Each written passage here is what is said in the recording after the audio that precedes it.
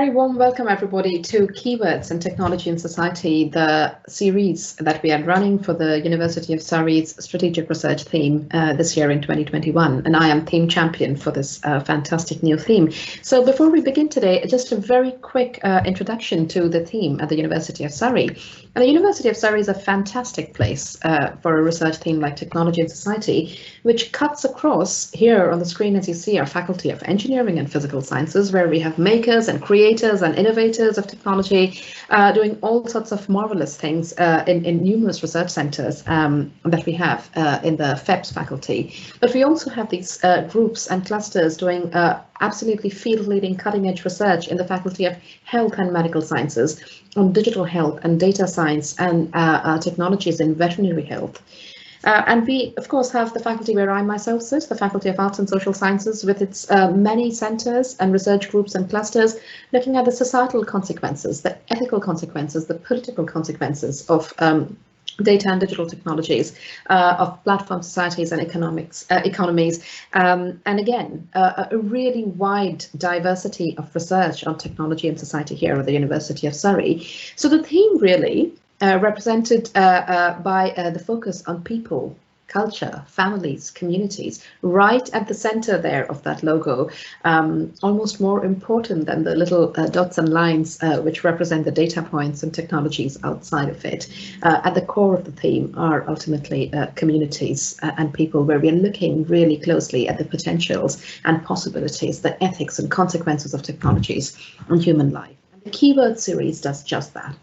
It looks at words that are key to Surrey research when thinking about technology and society, and it brings together scholars across our three diverse faculties to converge from their different disciplines on a central keyword for each edition. And today's edition, Trust, does just that. And we have scholars from the School of Hospitality and Tourism Management, from the Centre of Cybersecurity, and from the School of Literature and Languages converging to talk to you today about trust. And on that note, I'm going to stop presenting and hand over to our first speaker for today, Doris Dippold. So our first speaker for today is Doris Dippold, who's Senior Lecturer in Intercultural Communication here at the University of Surrey, and her background is in applied linguistics, and her career in higher education has taken her to Germany, the USA, China, Luxembourg, and the UK. Her main research interests are in the internationalization of higher education and English as a medium of instruction, English as a lingua franca, and particularly interestingly for today, on the nexus of language and technology. She's lead educator of the research-led Future Learn MOOC, Communicating with Diverse Audiences, which has seen 9,000 learners so far from 153 countries. And on that very impressive note, over to you, Doris. Okay, thank you very much. Let me open up my presentation. Okay, can you see that? Yeah. Okay, brilliant. Okay, so thank you very much for this introduction. I'm really thrilled to be part of this event today.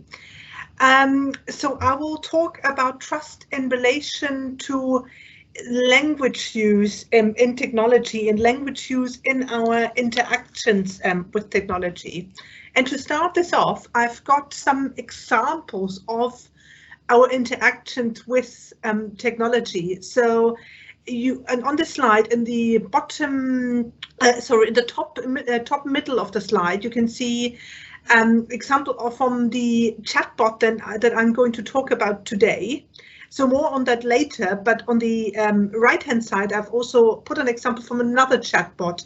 That's just a standard Amazon chatbot that you might connect with if there's a problem with your order, for example.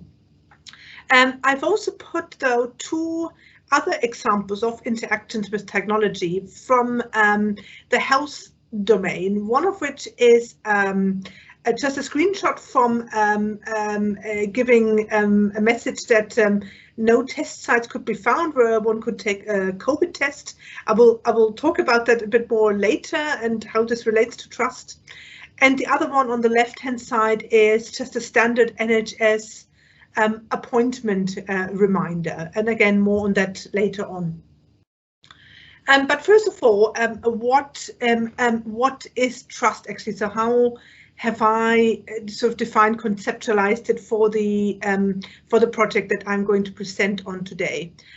I'm going to use this definition by Rousseau and others, which says that trust is a psychological state comprising the intention to accept vulnerability based upon positive expectations of the intentions or behavior of another.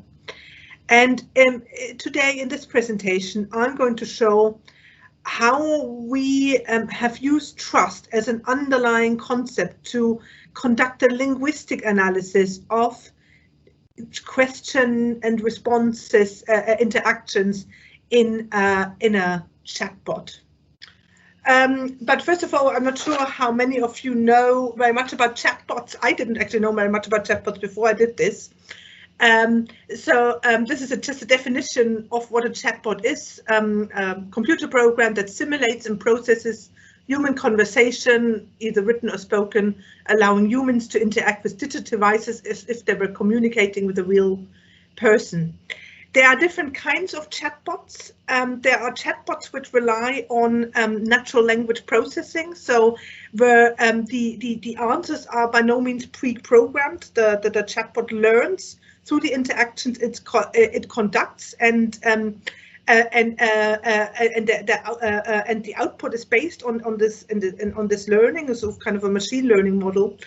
And there are also other chatbots, which is the sort of kind I am going to present on today, which is a so-called, or can be called a prompt response chatbot. So where the prompts that the bot gives to the person interacting with it and the responses are pre-programmed. And that's the one I'm going to talk about today. But first, just a little bit of going back to trust now. The question is, what supports users' trust in a chatbot? And there's been a bit of research about that. And one of the 4 key points that have been made is that the bot needs to express expertise for accurately interpreting the user's goals. So people get very frustrated if the bot can't interpret what we mean or what we try to say. The eloquence of the answers, so are they considered eloquent or are they considered a bit stumpy and a bit odd? Whether the bot displays human-like characteristics, and also to what extent the user experiences these interactions as low risk. And so all of these sort of 4 characteristics support users' trust in a chatbot. So now let's move on to the specific case study, which I've put in the references. I've put the publication where I've written this up together with my lovely colleagues. So the case study emerged when, back 2 years ago, I was approached by actually our what is now the innovation unit of research and innovation, and saying, Doris, we had an approach from the business park. There's a company there they have a commercial chatbot, a business-to-business chatbot, and they want some help because they feel it's a bit maybe not very nice. Basically, the interactions are not very nice. So the kind of task was, and the task I tackled this together with Jenny Linden from psychology, who has now moved on to the Open University. The task was to sort of look at it and say, how can we improve completion rates when engaging with this chatbot and avoid criticisms of being a bit ponderous, annoying, underwhelming, or just simply boring. Yeah. So that was the kind of task we were given in a very, I have to really say, very small scale project. Just a moment. Okay, yeah, here it is in a bit bigger now than the beginning. So this is just a screenshot from the chatbot, the sort of thing, what it looks like. It's a business-to-business chatbot, so it's not something you would use as a normal sort of end user in the personal space. So, for example, they have deployed this chatbot to a big packaging company. So if you have any kind of, if you're a seller of whatever sort of gift items, for example, and you want to know, how do I package these vases to send them to customers and so that they don't break? And if you've got sort of hundreds of them to send every day, then you go on that bot to ask the bot about sort of specific packaging solutions. Here, so packaging is one big thing, but they've also now working with an investor center. So that's another big area which they have deployed the bot to currently. So for this very limited project, the methodology we deployed was the following. We worked, in terms of data, we worked entirely with a kind of a table or a written descriptions of sets of prompts. So what the sort of bot output, what the bot says to the people who, what you see on the screen, what the bot says to people, and then the user responses. So we were given essentially a list of these volleys for the packaging bot and for the investment bot. And we also, us as researchers and even the company directors, we generated further conversations. So we actually pretended we were the packaging company. We were interacting with the packaging bot, for instance, and we actually generated some longer conversations as well. So, so these are not, in that sense, authentic interactions with the bot. They are not end user interactions with the bot. But this didn't really matter, because we really wanted to look at the language, and the language wouldn't, and the interactions wouldn't necessarily have been that different if they had been generated by actual end users of the bot. And in terms of analysis, I also want to say that we didn't actually conduct end user research as well. We didn't ask end users about their perceptions of the bot and their opinions about these interactions. Instead we applied our linguistic eye and to some extent our psychological knowledge and analytical eye to the bot, where we looked at the use of language in its social context. So we looked at how these different dimensions of communicative behavior. So, for example, the words used here can contribute to a lack of achievement or lack of achievement of trust or of the goals of that interaction. And to do that, we drew on what's been called an eclectic toolbox of linguistic tools. Interaction in social linguistics is really nice. It's very, it's theoretical. It's very unfussy. You can just draw on different parts of applied linguistics and draw concepts in. So if we drew on concepts from conversation analysis, like adjacency pair or repair. We drew on politeness theory. We drew on English as a lingua franca, negotiation of meaning, accommodation. So we drew all the sort of everything we knew from the study of social interaction in regular spoken context. We kind of drew that into these to our analysis. Okay, so but before we approach the analysis, we also had some other concepts in mind that have been applied to the analysis of social interaction in both the online sphere as well as the face-to-face interaction. So, for example, one of these concepts is social presence. And social presence is about how feelings of human contact can be created without actual human contact.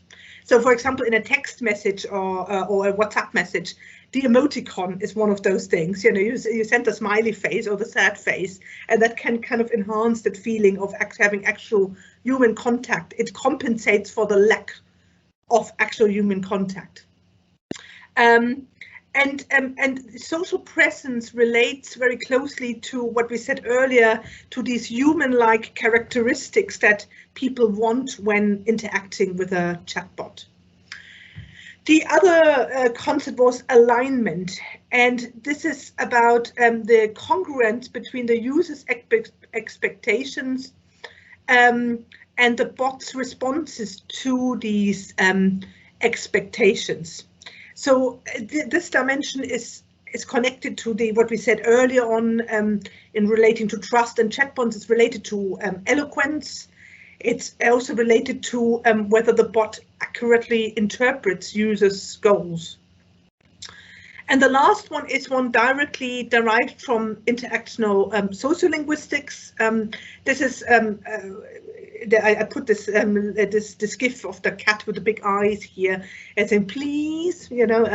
So it's a contextualization cue. It's a verbal or non-verbal feature which signal communicative intent and determine what communicative intent is received and perceived.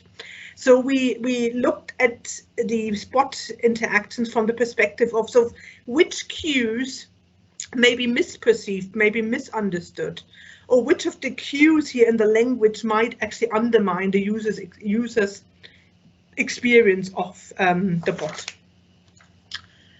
Okay, so now just some examples of analysis here. I've drawn out 3 from the paper. I'll give you a second to read this quickly. This was from the packaging bot.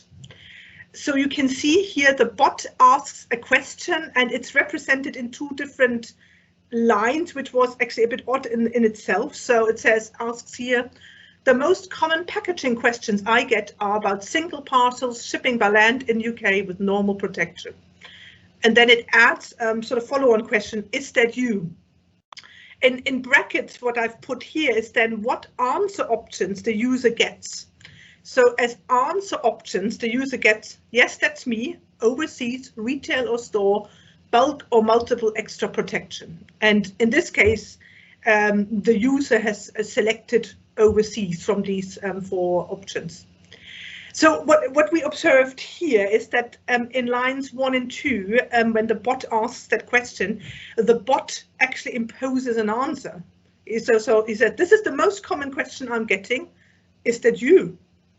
Okay, so but if the bot imposes an answer, then the user has no freedom of action. It's very sort of pushed into that answer, and it limits the bot's freedom of action to select a different answer, and that's a potential threat to what's been called negative phase, so to your freedom of action. And that might obviously undermine if the communicative intent of that question might not be clear, but it also might undermine the user experience or provide a bit of a negative user experience.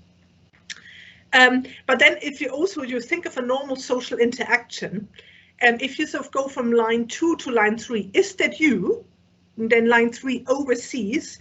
It's very much a very misaligned adjacency pair. It doesn't very gel and connect very well, and makes for a slightly odd conversation and a lack of congruence between the user and the chatbot.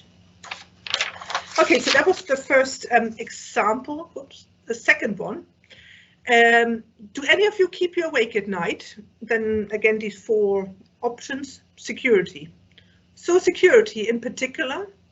Fraud, and looking at regulation, customs.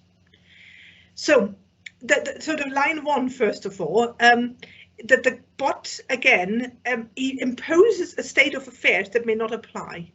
Being kept awake at night, well, yes, that the user might be worrying about these things or might be concerned about these things, but whether they keep him awake at night is a kind of a bit of an imposition on, well, thank you very much, I'm sleeping very well. Yeah. And then in lines 3 and 5, when the bot gives further prompts, so security in particular, and looking at regulation. So these are actually questions, but they are very heavily truncated. There is no question word like what, when, where, whatever. And there is no sort of really explicit prompt to the user. And that, I mean, this may be perfectly clear to most end users of the bot, but if I originally come from a language learning perspective. If you think about a language, somebody who speaks English as a second language, the intention of these questions may not be altogether clear. Then just a very quick example. These are 2 different rejections that the bot gave of something the user put in. Oh dear, I don't think you're ready. Build your visitors and then let's talk. I'm really sorry, but really you won't bid from our software until you get more views. So in this case, the bot's turns are very much programmed around its own requirements. And that's a threat to positive face. That positive face has been defined in as the need for people have a need for connection to others and to a need to be understood and approved, and that rejection is it doesn't do that. It's also very blunt and direct, which is actually a threat to negative face, so people don't want to be imposed on. And actually probably most serious here, and that was across the bot, is that at no time did the user here get any opportunity for repair, so any opportunity to ask questions, to indicate a need for help from a real human being, etc. So that was never given, especially in these situations when there was a rejection. So just very briefly, I'm going to wrap up briefly now. We suggested to the company some changes to the bot, and this just showcases an interaction to which implements some of these changes. So, for example, in line 2, the bot asks questions rather than making assumptions, like we've seen in example 1. It uses more partnership building language like you and your, so this links to that social presence idea. There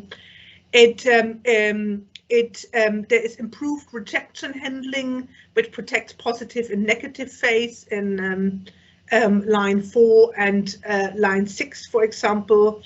And there are now opportunities for repair given, so that the user can say, oh, I've got a problem here. So they can ask a question, indicate that they need help. So we felt we had addressed all these 3 issues of social presence, alignment, and the kind of clarity of contextualization cues to then create trust. So, okay, to wrap up, why does it matter?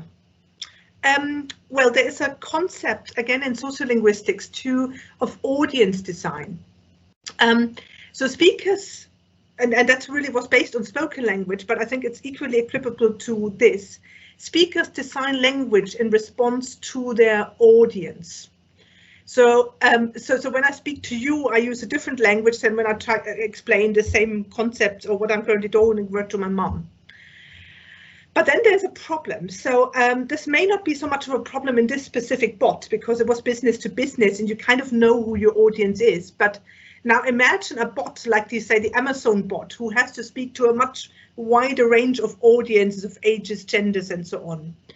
There's a possibility of what's been called context collapse, when people from a wide range of social context form a very diverse audience. So what this means is that the language of AI, the kind of output of the sort of chatbots and the kind of interactions with technology we have, needs to be designed very carefully to speak to all audiences. And that includes in particular to those people who are already disadvantaged or underrepresented. I call this tentatively language design for AI. So we need to actually design the language here carefully.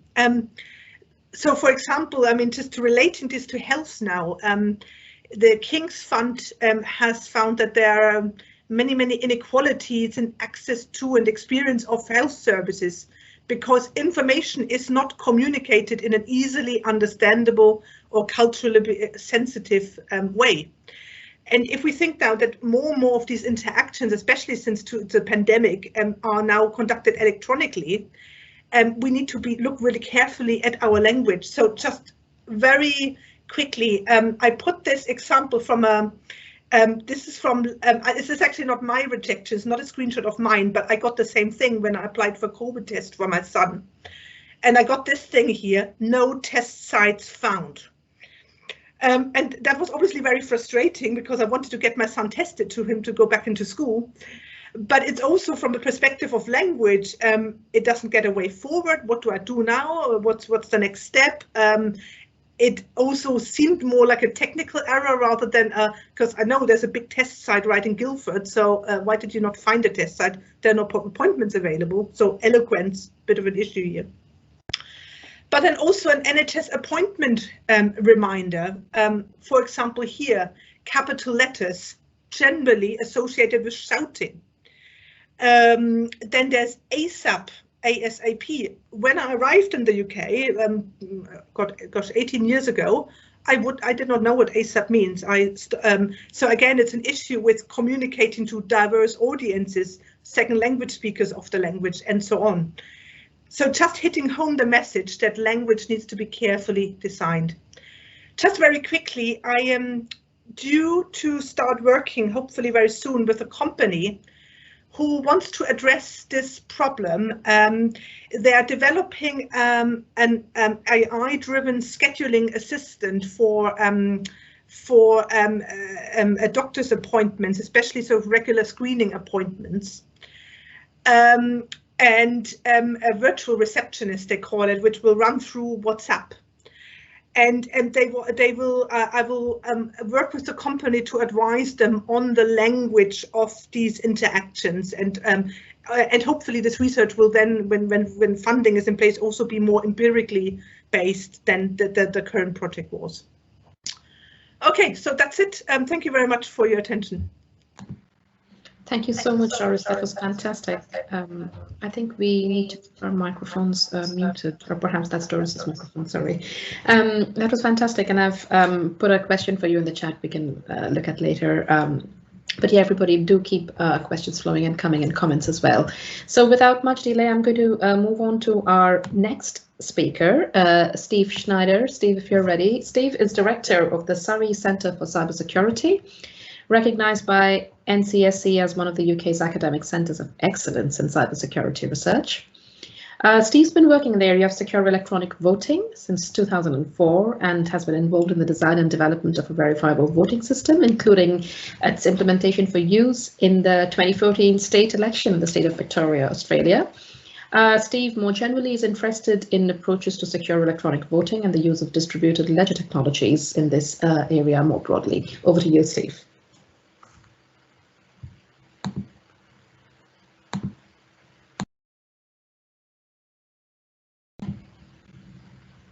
Steve, I think you're muted. I don't know if you're trying to talk, but you're muted.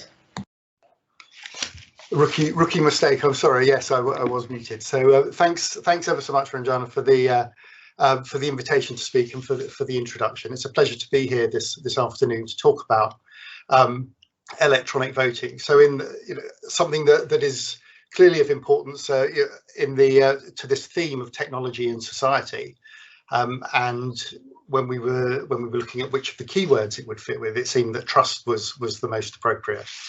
So it's trust but verify is my title, and I'm going to talk about how we can make electronic voting more trustworthy, more worthy of trust. So this is where I'm going to talk not about the work that was done in the state of Victoria, but about more recent work about the interest in ledger technologies. This is a work done under a project Vault, Voting on Ledger Technologies, and this had a number of partners, and in particular we worked with electoral reform services who became Civica election services partway through the project, to actually do some trials with verifiability technology that we were looking at. And in particular, we're looking at verifiable online voting for organisations with verifiability, where you have to worry about vote secrecy and you want the integrity of the ballot. So the way I'll structure the talk, I'll talk about electronic voting and what the problem is, or what the issues are around electronic voting and why it's a particularly challenging area. Then I'll talk about verifiability and what that looks like. I'll give a brief introduction to distributed ledger technology, because that's the technology that the current work is building on. And then I'll introduce you to the particular system that we've been exploring, the Verify My Vote system. And I will look to explain how it achieves the verifiability. So if we look at electronic voting, you hear all the time in the media, every time there's an election, we hear that maybe there should be electronic voting, and why don't we have electronic voting already? And the perceived benefits are things like convenience. It's going to be easier for people to vote from their phone, or there's accessibility for particular demographics, particular kinds of voters, particularly those that need some kind of technology to assist them in constructing their vote. It may prevent invalid votes, or reduce the occurrence of invalid votes. And for people that are remote or inaccessible, or not able to get to their polling station, it can be easier for them to cast their vote. And also electronic support can manage more complex and dynamic elections. So it actually opens up new possibilities for how elections might run. It's also claimed that it would reduce costs. It's not clear whether that's true, that it would increase turnout. It seems a no-brainer. If it's easier, it would increase turnout. But in practice, that hasn't been found to be the case where it has been introduced. And just, well, the way that we vote in the UK in particular is old-fashioned. So, we ought to, get with the programme, as it were. And we do everything else online. And I'll talk a bit about that. And there is electronic voting around the world. There are electronic voting machines in polling places. That's where you still have control over how people are voting. India, Brazil, the US, and so on. And then there's internet voting for statutory elections. Estonia is the leader in this, but we also see it elsewhere around the world. And as well as statutory elections, there's many other kinds of elections, and we're all used to casting votes electronically in various organisational elections. So it does go on. So what's the problem? Well, the problem is to do with trust. So we have a system. So here's my graphic of how you might imagine an electronic voting system. You cast your vote from your device, it goes to the election server, and then a result is published at the end, and that's the result of the election. So we need trust in this whole process, in the integrity of the result. We want to be confident that that result is correct. But what makes this more difficult is we want the ballot to be secret. So we want to protect people's right to a secret ballot, including that even if there's somebody who's trying to push people to vote in a particular way, a coercer, they will be prevented, they won't be able to do that. So then there are questions, well, how do we know the result is correct? And one of the challenges, well, how do you persuade others, and in particular the losers, that the result is correct? So they, because otherwise they may challenge. Do we just have to trust the electronic system? Well, here's why you shouldn't just trust the electronic system. It's to do with cybersecurity. There might be malware, or there might be bugs on the various voter devices or on the election servers that can tamper with the votes. So they could change the votes or lose votes, interfere with the process. So in the face of that kind of interference, how do we know that the result is correct? But even worse, that there are cyber attackers out there that may deliberately want to interfere, to hack in either on the devices or on the election servers or on the communications, and interfere with the vote. And there can be insider threats. So there may be somebody at the election officers themselves who's got privileged access and can go in and do some tampering. So in the face of these threats, how do we engender trust in the system, and in particular in the result that's coming out? And it's a credible threat. Very well resourced hostile actors, nation states, are interested in interfering with the elections in other countries. That's been seen in recent times. So it's not just a theoretical idea that would never happen. It's something that we really have to worry about. And you see this kind of cartoon every so often. Here's a touch screen for voting and the choices that are being offered: lose my vote now, lose my vote later, or let a hacker change my vote at his convenience. You see these kind of cartoons regularly, so it's recognised as an issue around electronic voting. So sometimes we hear, well, we bank online, so why don't we vote online? If I'm prepared to trust my money and my transactions to online systems, then surely that, if I can do that, I should be able to vote online. And actually, that's an interesting question. And when you unpick it, you can see the differences between banking and voting. So voting has got more difficult requirements than banking. So this idea of vote secrecy means that your vote should be secret even from the election authorities. So if we did it on online banking like we do that, then you wouldn't get any receipts or records of your transactions. The transaction would even need to be secret from the bank itself, but the bank still needs to manage accounts. You wouldn't get bank statements. It would be hard to detect fraud, and actually you'd pay the cost of any fraud on your account anyway. So we can say, well, why do we bank online then? So if you ask the converse question, we don't vote online, so why would we bank online? Well, there are trust mechanisms in place for banking online. You have verifiability, you have receipts, you have audit trails, you have logs, and you have liabilities on the bank for when things go wrong. So people are prepared to trust the system because they know that they can challenge. Individual transactions are trackable. And actually, there are still attacks on financial institutions, on banks, and they do lose money from those attacks, but they accept that as the cost of doing business. But there isn't really the equivalent for voting systems. So what that idea gives us from banking is this idea of verifiability. If you can have some kind of way of tracking and obtaining evidence that gives you a way of confirming that the transactions in the election has been conducted correctly, then that would give you the kind of evidence that you need in order to be able to verify that the result is correct. So we can think of various forms of verifiability, and if we want end-to-end verifiability from all the votes coming out of the voters' heads and into the system, and the result coming out at the other end as the result of the tally, you can have individual verifiability, that the voter confirms the vote is correctly in the system in the first place. So the voter can check some kind of record and see that her vote is correctly recorded. And you can also have universal verifiability that says that all the votes have been received, have been processed and tallied correctly. So the result really does reflect the votes that have been cast. So what we need for that is some kind of independent and trusted tamper-proof election record. So however we're going to build these records, and I'll talk about that a bit later, but however we're going to build these records, they need to be on a system that can be trusted. So the audit logs, if you like, or the verifiability information is held on a trusted system, a tamper-proof election record. So that brings me to distributed ledger technology. So I'll just give a very brief introduction to distributed ledger technology. So I'm assuming you haven't seen this before, although I expect that a number of people in the audience will have seen this before.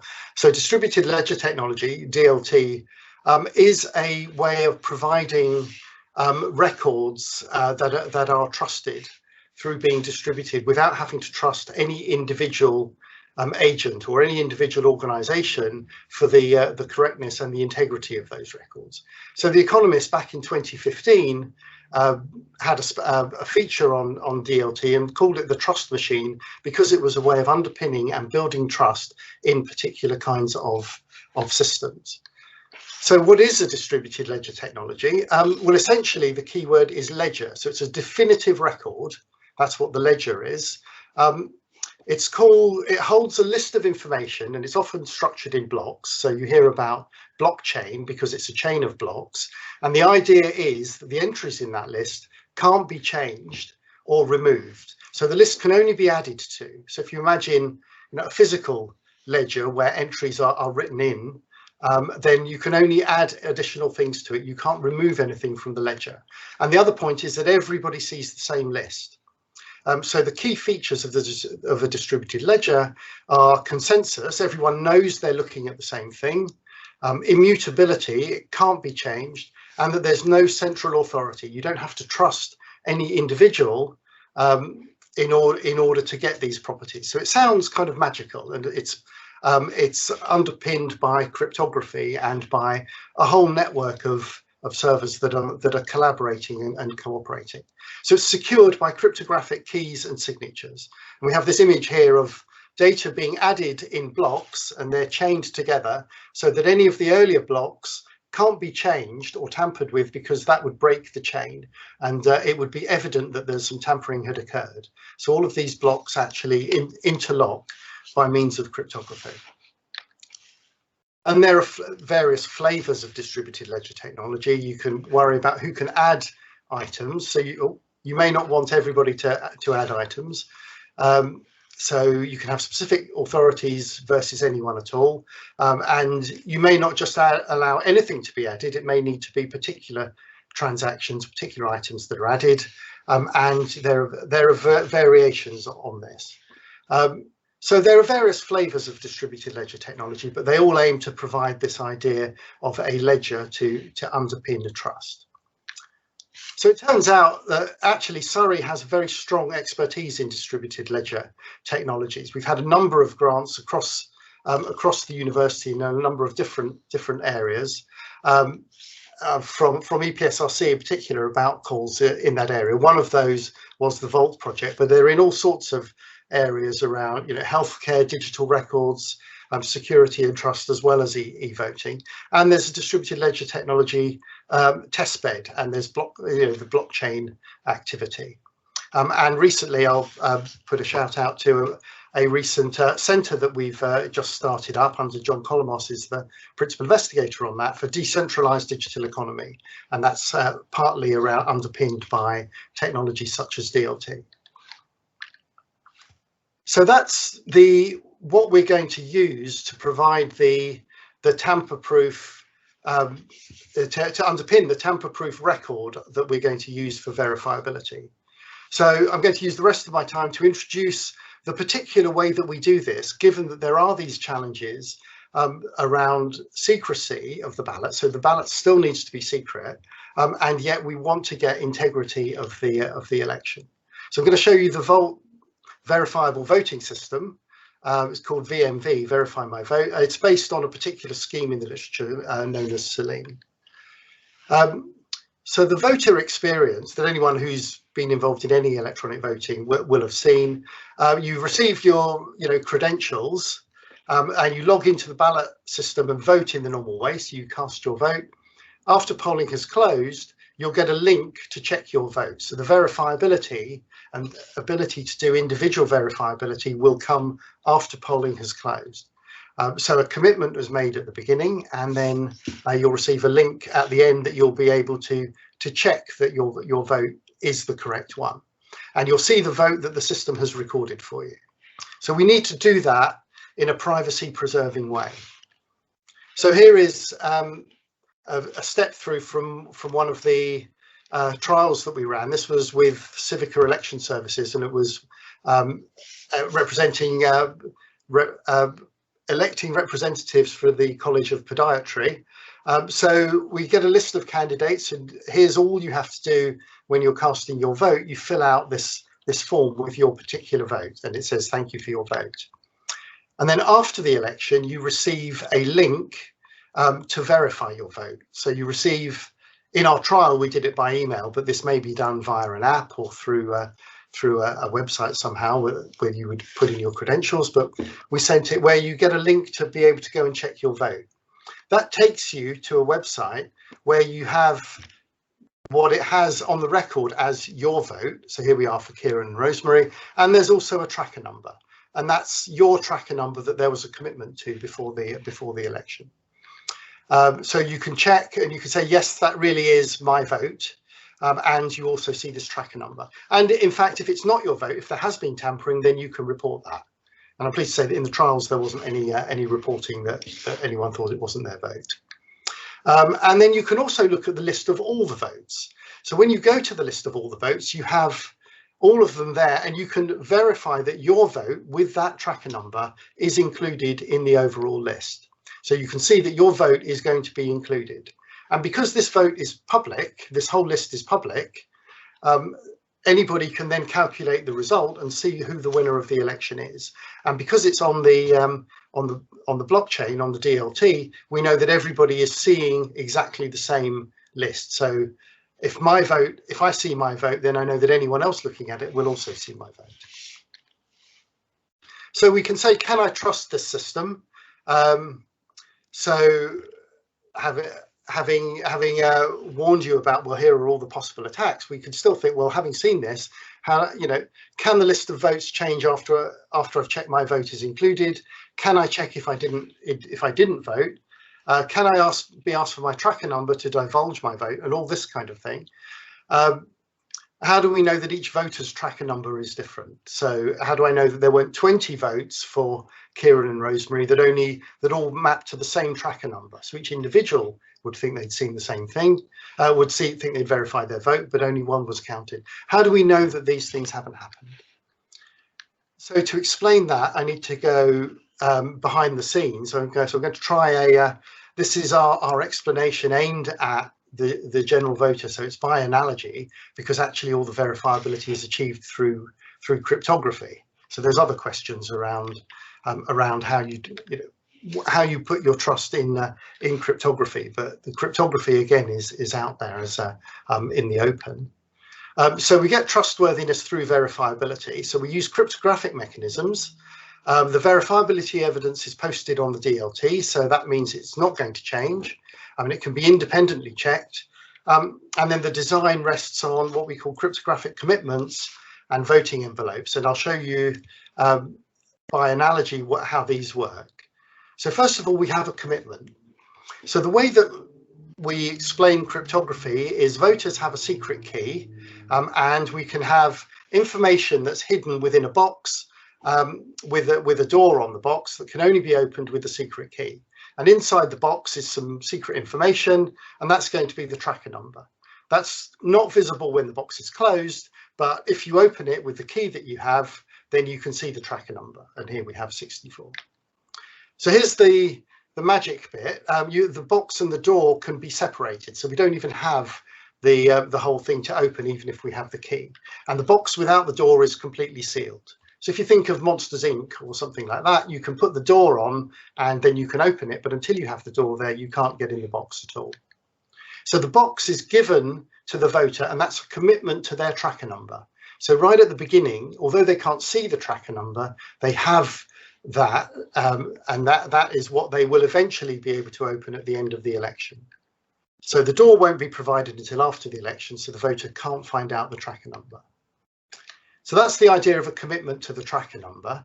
The other idea is we have a voting envelope, and that's where the voter is going to submit their vote. So a different voting envelope is prepared for each voter, and that has the same tracker number in it as is in their commitment in the box. And again, the tracker number is not visible externally, and only the election authorities can open this envelope. So that's where the voter is going to cast their vote. And then before the election, all of this is committed to, and it's on the blockchain. So it's committed in a way that can't be interfered with or tampered with or changed after the election. So all these commitments are made up front. So we have the voter credentials. Each voter has their key, and they've got a voter envelope and a matching commitment. And this is what it actually looks like in practice on the bulletin board that we provided. So these are just very large numbers of cryptographic information. When the voter casts their vote, it's added to the contents of their envelope, and that's done in a way that doesn't reveal their vote to anyone. All of these votes are collected, so they're all included in their voting envelopes, and each of those has a different tracker number. So that's what's collected during the election.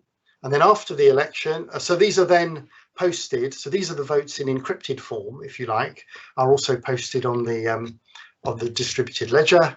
And then after the election, there's some cryptographic mixing and shuffling that opens the envelopes, but in a way that doesn't say who the envelopes came from. So what we open up at the end of the election is a list of votes together with their tracker numbers. So that's what gives anonymity.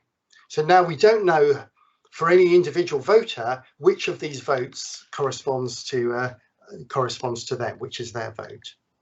So then after the election, the voters are sent their doors to open their commitment. So they get the door, add it to the box, use their key to open up and see the tracker number that they were committed to and given before the election.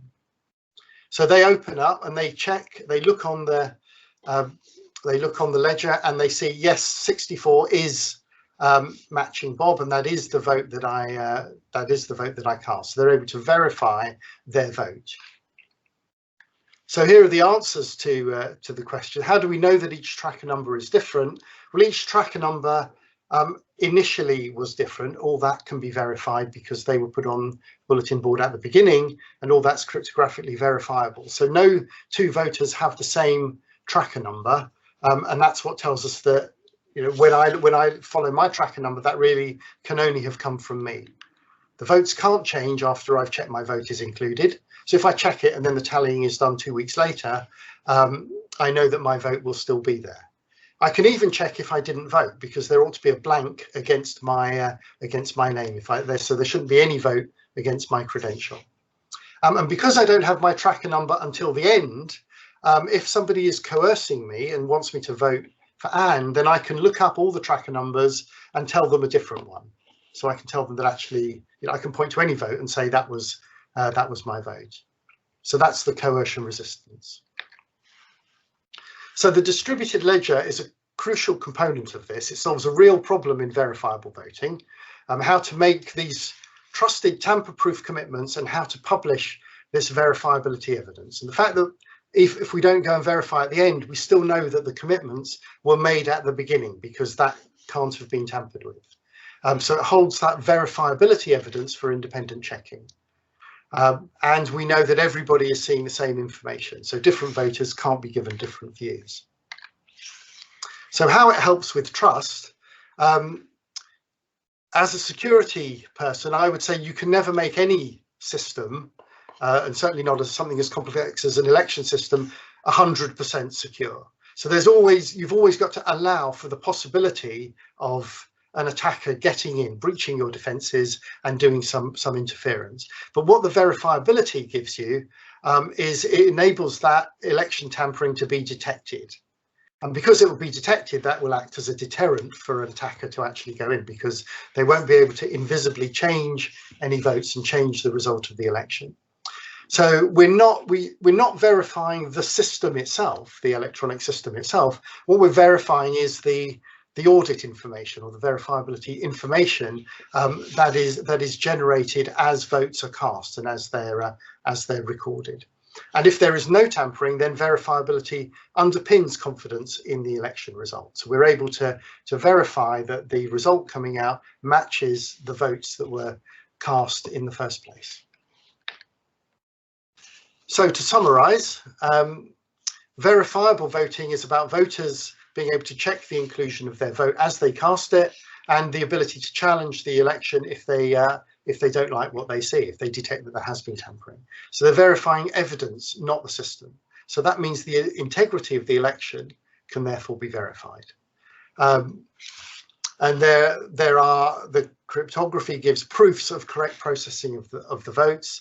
And in particular, we are able to do this in a privacy preserving way. So ballot secrecy is still protected for voters, which is particularly important in the voting context. And the ability to decrypt is shared among a number of peers that collectively can be trusted. There's also questions in a more general sense, and from a societal point of view, about voters that don't understand the kind of intricacies of cryptography, how do they believe my explanation about the doors and the boxes and the voting envelopes? How do they believe that that's really really corresponding to what's going on in a cryptographic sense? And that's a much more challenging question really to answer. But there's, by analogy with the kind of legal profession, if I need a contract drawn up, I'm not a lawyer, I can't do that, but I can choose who I go to do that for me. And so in a sense, I can go to a cryptographer, and there are many thousands that do understand what's going on, and ask them whether they're happy with the explanation. So I don't have to trust any individual authority as to what's going on. Everything is kind of transparent and out there for people that are able to follow the details. So that's all I'm going to say about this particular project. As thanks to the team, the various people that have been part of this project. It's been a large project, and we're currently at the stage where we're exploring how to make it more usable. So thank you very much. Thank you, Steve. And I can see questions and comments that have come up in the chat. We are going to set them aside for the minute, and we are going to come back to them for the questions session. And without further delay, I am delighted to introduce to you your third and final speaker for today, Professor Iis Tussyadiah, who's Professor of Intelligent Systems and Service at the University of Surrey at the School of Hospitality and Tourism Management. Her research centers around applications and implications of AI, particularly in the travel, tourism and hospitality sectors, and she has served as Vice President and then President of the International Federation for IT and Travel and Tourism. So over to you, Iis. Great, thank you. Just to check if you can see my presentation. Right.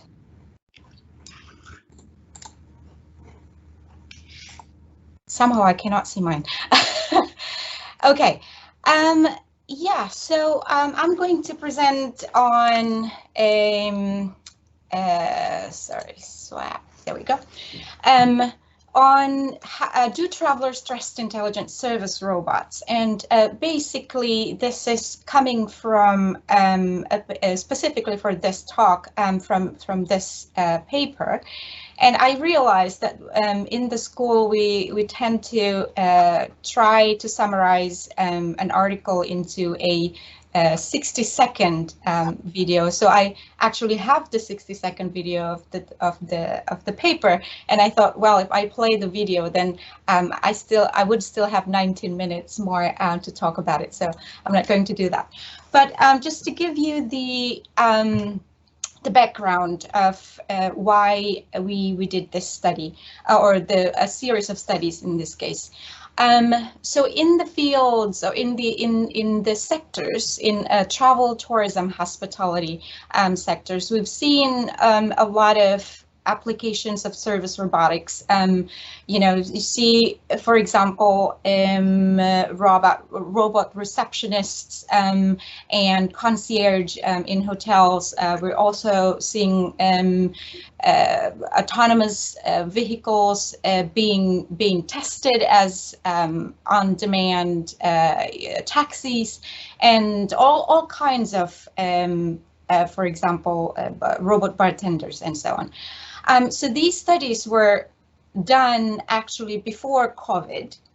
Now, and I think what has been really interesting to observe is COVID has accelerated most of the adoption of robotics or service robots in hotels, in restaurants, and in other travel and tourism related sectors because of the need to allow to allow the services to happen due to social distancing measures and so on. So if we are to do the same study again now during and after COVID, we might get different results. But essentially, what we are trying to find out with this is, so I think the first question is, why do we want to know, whether travelers and consumers trust information technology, and in this case, service robotics?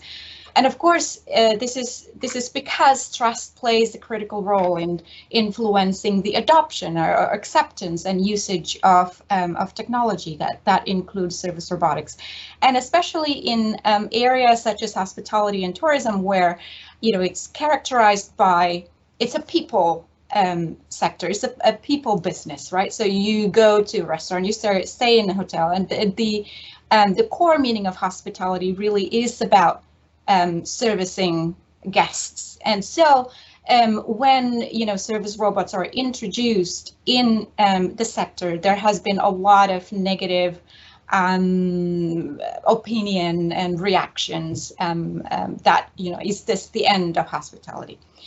And so from the perspective of trust, consumers, they have to be willing to take the risk of delegating responsibility for actions to service robots, or to machines in this case. So that's why for us to be able to justify whether investing in service robots or implementing service robotics in areas such as hospitality and travel and tourism would actually be justifiable.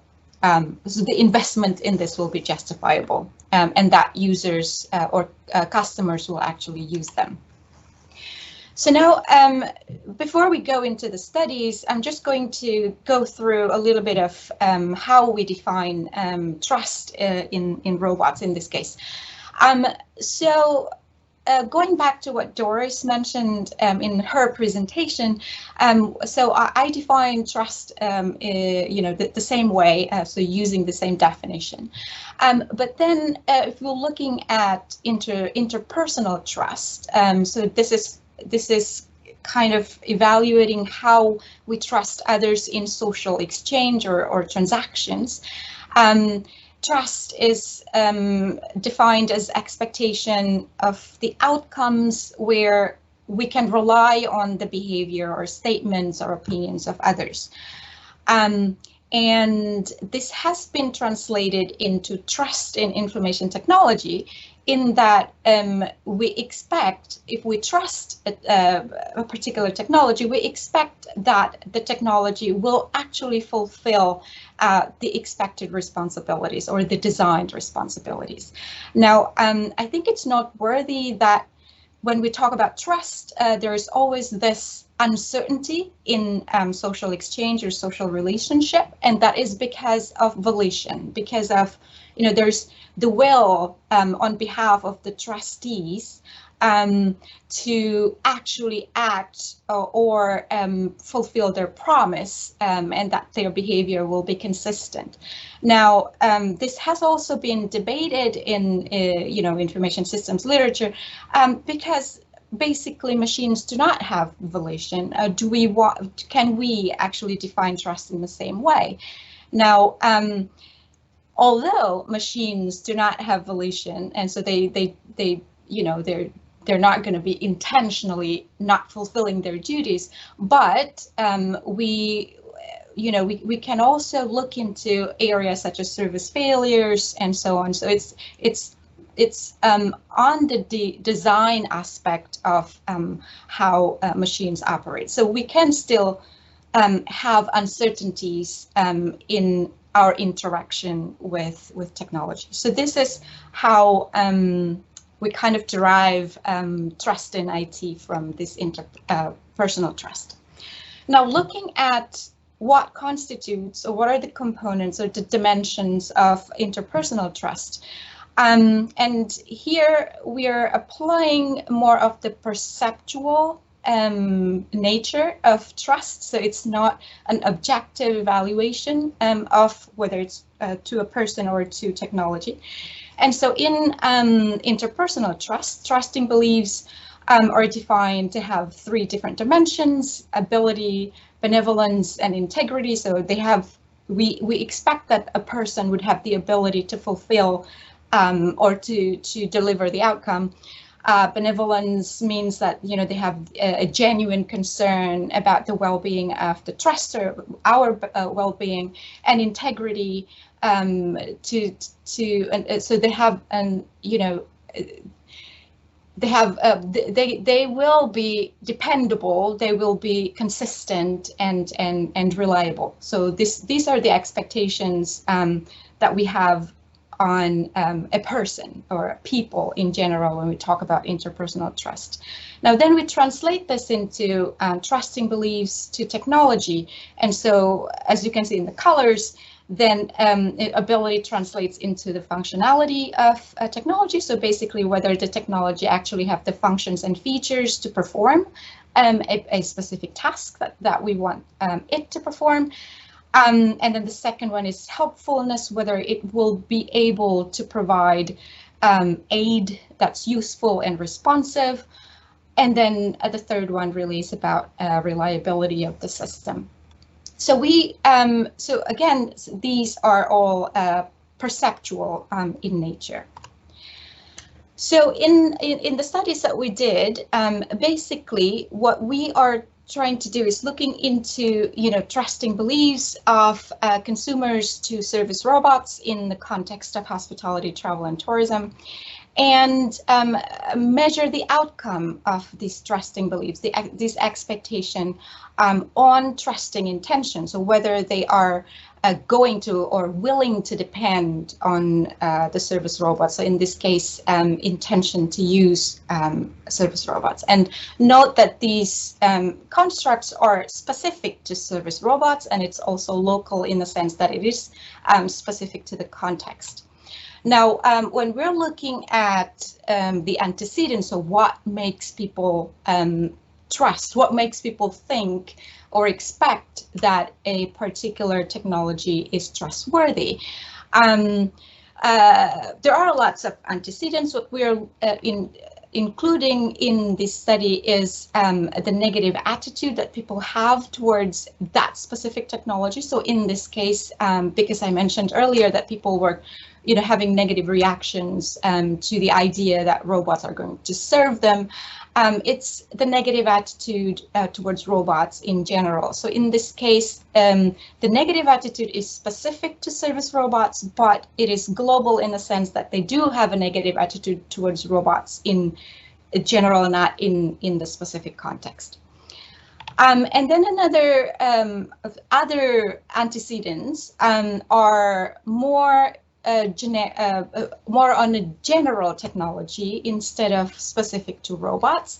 And we look at two concepts. One is disposition to trust, so that is the user's characteristics. Basically, some people actually have the tendency to trust others more than other people, so that works in interpersonal trust, and it also should work in trust in technology.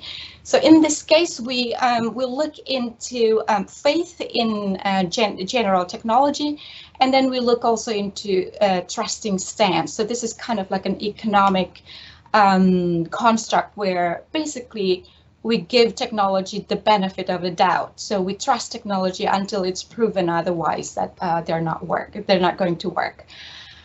And the second aspect, or the second antecedent in this, is the institutional trust. So this is basically the idea that we expect there is a structural condition or structural support to allow technology to work. Right, so these include the structural assurance. So, for example, if the company or the hotel would actually have things like guarantee or procedures, or perhaps also legal aspects that would allow the technology to work as expected. And then the second one in this institutional trust is situational normality. So this is the expectation or evaluation whether the situation, the context where the service robots are being implemented is desirable or normal.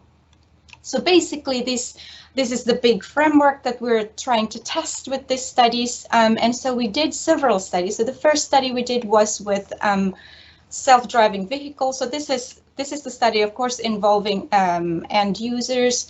The context was Uber in 2016. Back in 2016, they tested a fleet of self-driving vehicles in Pittsburgh, in the US. And so we survey US consumers via Amazon Mechanical Turk, and we are using the scale for negative attitude, that is for computer attitude scale, that's modified into into the self-driving vehicle. And now actually what we did was we were also interested in whether agent characteristics, so in this case the technology characteristics, would have an influence on the trusting beliefs and also the relationships within the framework. So we're interested in whether if we call the cars or the taxis robots, or if we call them computers, that people would actually have a different level of trust in this Uber taxi. So we divided the consumers into two groups randomly. One got the description where we referred to the self-driving vehicles as robots, and the other one we referred to it as computer. And we genuinely was interested because it has something to do with the way we communicate new technologies to consumers, and how perhaps there is an influence in terms of how people then perceive or trust the technology. So this is the framework. So we tested with the negative attitude, and there's of course a negative influence on the trusting beliefs. And we tested two different trusting intentions. So one is users' willingness to use Uber, the autonomous Uber taxi at home. And the second one is to use it when they are traveling, so in a destination that they are not familiar with. And we see a significant influence of trusting beliefs into two of the trusting intentions. So then we compare, the groups with when we refer to the car as a computer, and the group where we refer to the car as a robot. And only one dimension of trust are significantly different between the two groups, and that is in helpfulness. And so, the car, when we refer to the car as a computer, it is higher in terms of perceived helpfulness than those in the group where we call the car as a robot. Now, the second study was, we're looking at the influence of the robot form. Doris mentioned earlier about anthropomorphism, so that's what we are also interested in, whether human-like robots will actually generate, more affinity, and in this case, resulting in higher, stronger trust. So the context of this is a cruise ship. So this is based on Royal Caribbean was the first one introducing a bar called the Bionic Bar with robotic arms serving customers, and you can customize all kinds of drinks. Again, we target US consumers via Amazon Mechanical Turk, and we divided them into two groups. One, we presented the robotic arms, and then the other one we presented actually Pepper as a bartender. Now for this one, we are including the disposition of trust here in the framework, and we use the scale from Nomura, so that's the negative attitude towards robot scale. And again, so this is the results, so it has been also consistent. So we have negative attitude and negatively influenced trusting beliefs. and the trusting beliefs positively influence trusting intention. So in this case, to use the bartender as in the cruise ship. Now, we tested the differences between pepper and arms. It was not significant in influencing intention. And again, which is, I think for us, it's very, very interesting. Again, helpfulness was the only one that's significant, with people actually in the pepper group have higher expectation on helpfulness than those in the robotic arms. Now, lastly, study 3.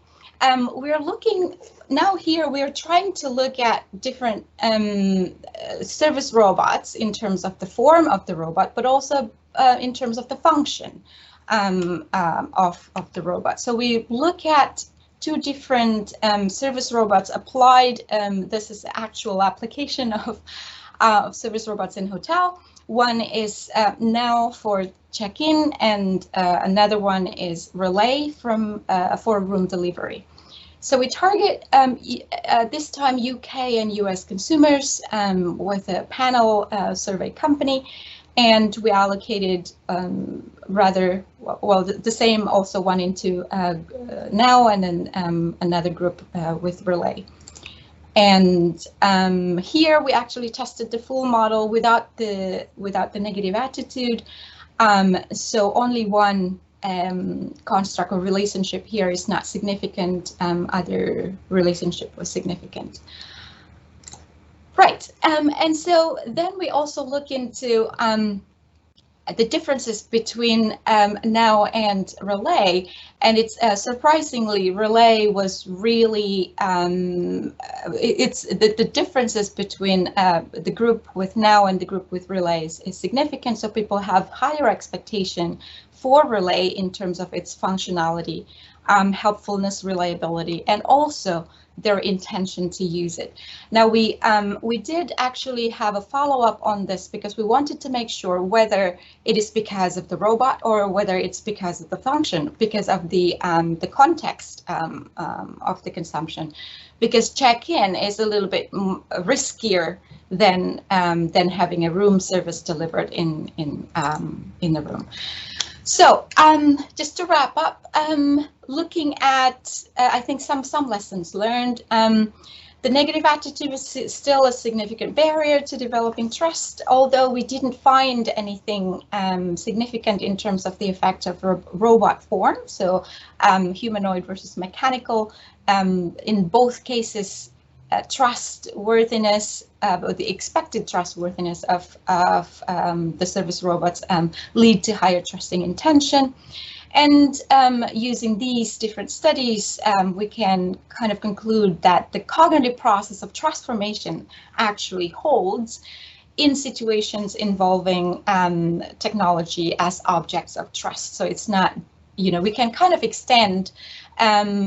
There is a stream of literatures on CAS, or computer as social actors, that says that we as human beings tend to, 1, anthropomorphize things, and 2, react the same way to technologies, the way that we react to people. And so in this case, we're kind of extending this cognitive process from interpersonal trust into human-robot trust. So that's it, and happy to answer any questions that you may have later. Thank you so much, Iis, and thank you all of you, our fabulous speakers, for those fantastic talks. And as you may see, we've got questions that have gathered in the chat function here. So attendees, I think, can now unmute yourselves if you need to ask a question. But what I suggest is that we deal with the questions in chat first, and I'm going to invite people who posted the questions to ask the questions themselves, if you wish to. And if anybody else needs to ask a question, please just use the raise hand function so we can come to you and you can ask the questions yourself. And of course, feel free to use your cameras, etc. So, okay, so just going in the order of the speakers we've had today, starting with Doris. I know I put up a question there about inequalities and disparities and asked if you had any particular cases in mind that you might want to share or talk about. But that's secondary. We've got another question as well from Sean Calvin. If you are around, I think you're showing us offline, but if you wanted to ask your question yourself. If not, I think the question is, are the bot interactions reflecting only 2 dimensions of communicative practice as opposed to evaluating trust? A bot has no morality or agency. Oh, sorry. Yeah, right. Fantastic. You're here. You can ask the question. Is the question clear enough, or do you need me to expand on it a little bit more? Doris, over to you. I think it's clear enough, but I'll try to answer it, and then we'll see whether this answers what you wanted to ask.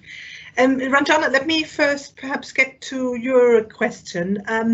So I'm aware of quite a lot of research on this in the face-to-face domain.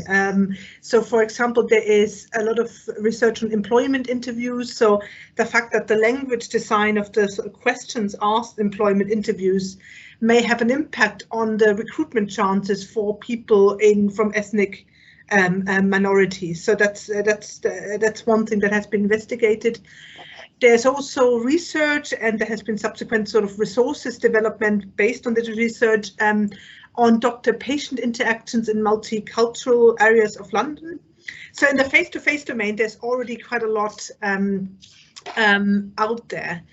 However, I'm actually not yet aware, but this may be because I'm only really starting out in this domain of research. So I'm not yet aware of any research on the kind of my ideas on language design in the context of diversities, inequalities in AI and technology. So from what I'm learning at the moment, where I'm really sort of eating myself into this field and starting to read up on this field, is the reason for this is that it's still a real challenge to encode the very subtle nuances of language use. So, for example, politeness and so on, and make them computer interpretable. And that's still very, very tricky. I mean, this field of research seems to be developing, and only a few days ago, I became aware of a research group, a European research group that's now formed around this issue of human-computer interaction, and I've joined that group. So I think this will be coming, but because it's only just starting, there is not a whole lot around yet on this issue of inequality in the AI human-computer interaction. So that's still fairly new. As to the second question, so we have so far not evaluated trust from a user perspective. That was not part of this project. This was a very small scale project where we just didn't have time to do this. But this is clearly something that has to be done. I mean, we've just read that the third presentation we've just seen, there was one where this was done. Trust was evaluated from the user perspective. And it seems that this is my reading of the literature so far, is that previous investigations have primarily investigated this trust from user perspective experimentally, for example, by manipulating various factors in the sort of robot interaction and say, what do you trust more, what do you trust less, and so on and so forth. And what I would like to do in the future is I would like to evaluate this much more qualitatively. And so, for example, through what is already used, methodology that I've used in the face-to-face domain is stimulated recall, where people are actually sort of asked to, are confronted with their interactions and asked a really very specific question. So when this happened, what did you think? How did you perceive of this?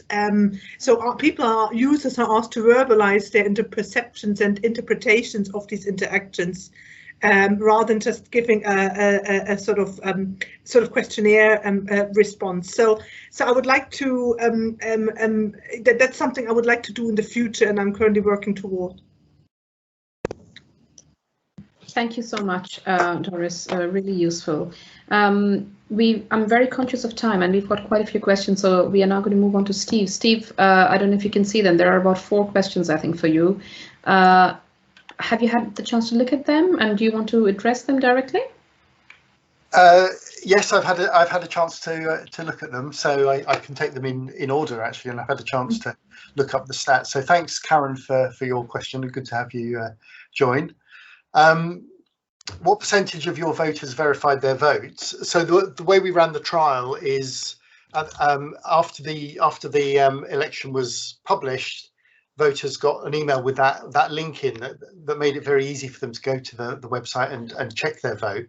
And in fact, 52%. So we had 1,257 votes across 2 different ballots, and 651 checked their votes. That's 52% verified their vote, and none of them said, "Hey, that's not my vote." So that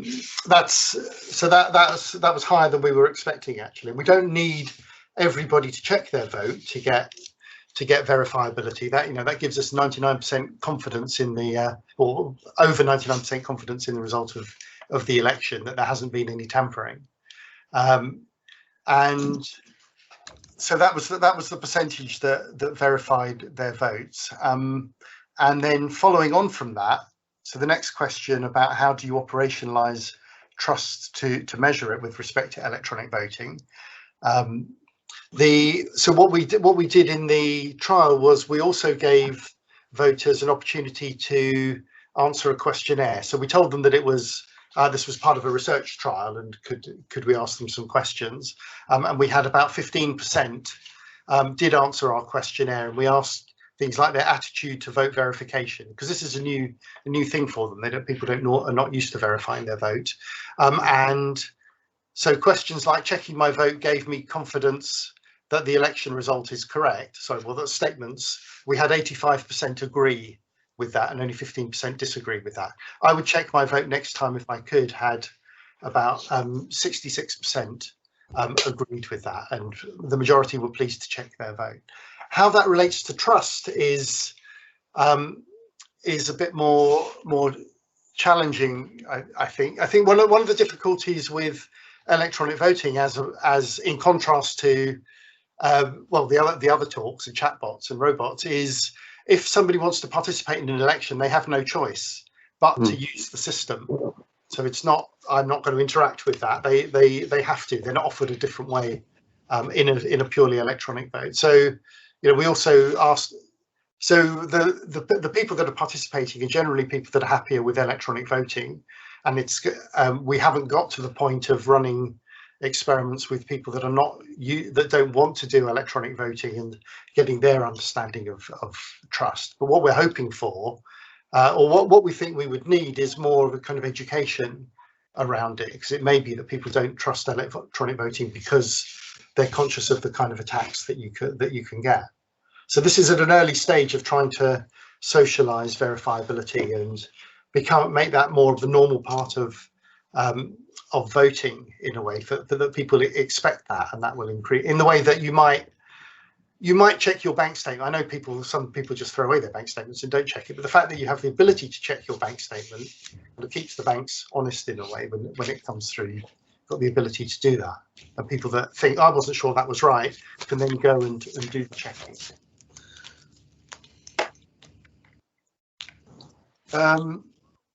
Okay, and there's one more question. I'm looking at time. I'll be quick on this. So, distributed digital ledger-based trust technologies, should they be only deployed on green hardware? So, how do we trust the environmental impact of any technology being used? And the blockchain underlying Bitcoin is famous for its obscene energy use, really. And I think the last time I looked, it used more energy than Argentina. And it's kind of constantly compared to countries that, in terms of energy use, in order to build that blockchain and build the links. Not all blockchains have to use that level of energy. There's other technologies there's other ways of doing blockchain that's less energy burning, and again, I would expect the ledger and the way that they're doing that to be open. So it's not that it's behind the scenes and people could, only find out about it if there's some kind of expose. They're actually able to see the technology that's used to underpin the ledger that's being used. And so again, you don't have to trust it blindly in the sense of taking people's word for it. All of these things can be checked. But I agree, DLTs have ethical issues around their energy use as well. Thank you so much, Steve. I'll quickly pass on to you, Iis, and again, it's quite the same with you. I think there are quite a few questions there. You thinking about time as well, you may want to group them together or address them individually, up to you. Yeah, thank you. So I'm going to address, I think, your question about, discussions happening in our area around ethics and sustainability.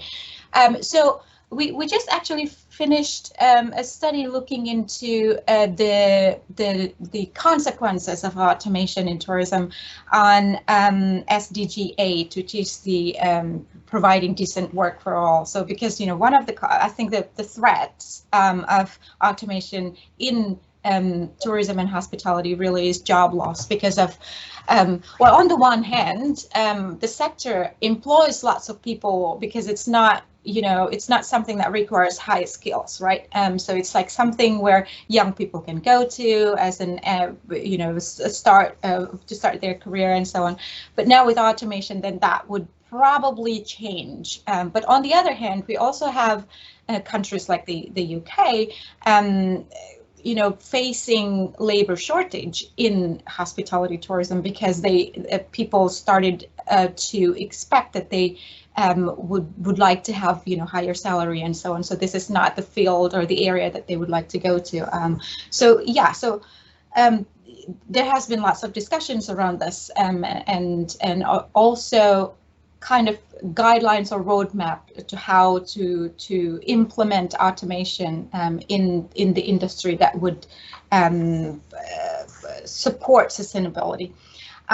And with Doris's question about multilingual, multicultural dimension of human-robot trust, we have not actually done experiments on this, but with the sustainability, the automation and sustainability project, we actually had a chance to stay a few nights in various properties in Japan with the robot hotels and so on. And there is, of course, a stark difference in terms of how society accept robotics in there and compared to, for example, the Western countries. And there are some discussions also around, tying it with religious beliefs and spirituality and so on and so forth, with basically recognizing that, we value human beings as higher than other non-living beings, and that's different in other societies. So yes, it's a very fascinating topic, and I think something that we need to do more in the future.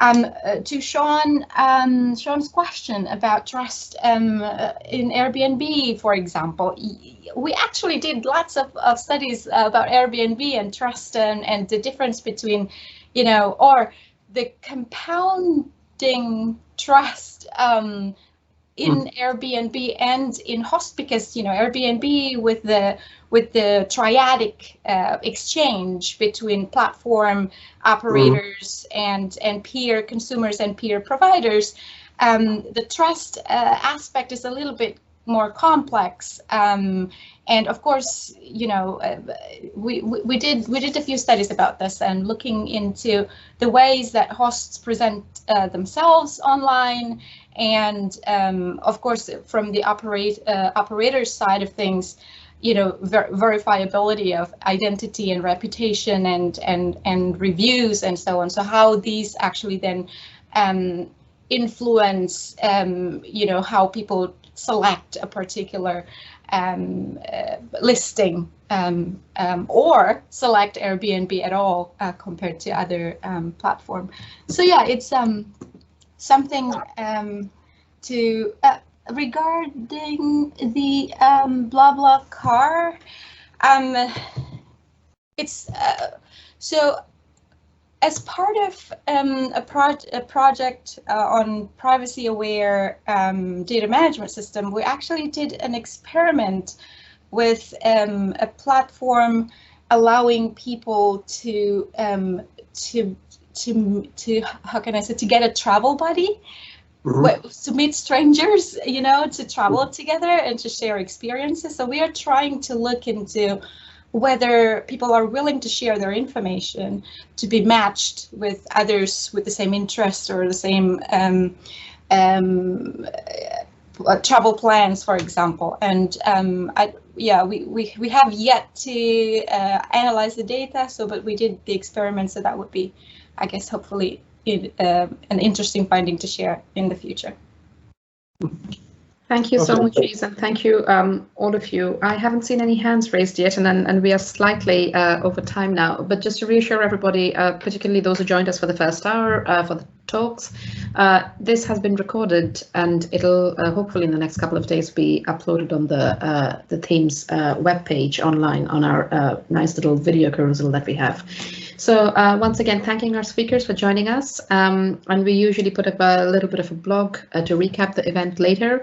And there are more events in the series, of course. There are, I think, 4 or 5 more left on similar keywords. The next one being on the 5th of May on crime, and we've got all sorts of things there, from cyber conflict to romance fraud to online hate. So please do join us, please do sign up.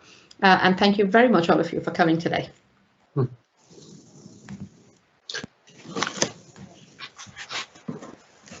Thank you.